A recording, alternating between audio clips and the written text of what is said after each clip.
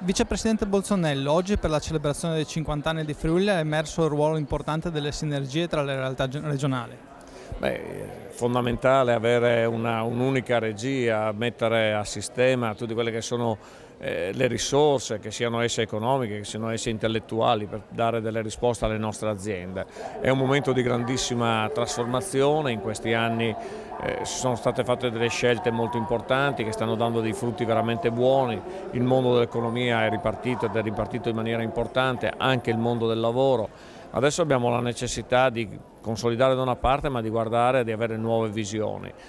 Stiamo facendo un'operazione importantissima che è quella della trasformazione di Friuli da holding in nuovamente finanziaria regionale, ritornando proprio alle origini ed essendo molto vicina alle nostre aziende. In più con dei nuovi prodotti che sono dei nuovi prodotti legati alla piccola impresa che iniziano a crescere, che iniziano a dare i primi frutti.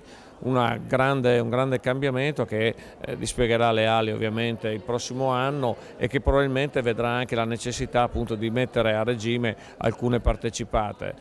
Parlo di Finest che sicuramente è già partecipata in Friuli, ma che potrebbe avere delle ulteriori possibilità con anche il cambio della legge istitutiva.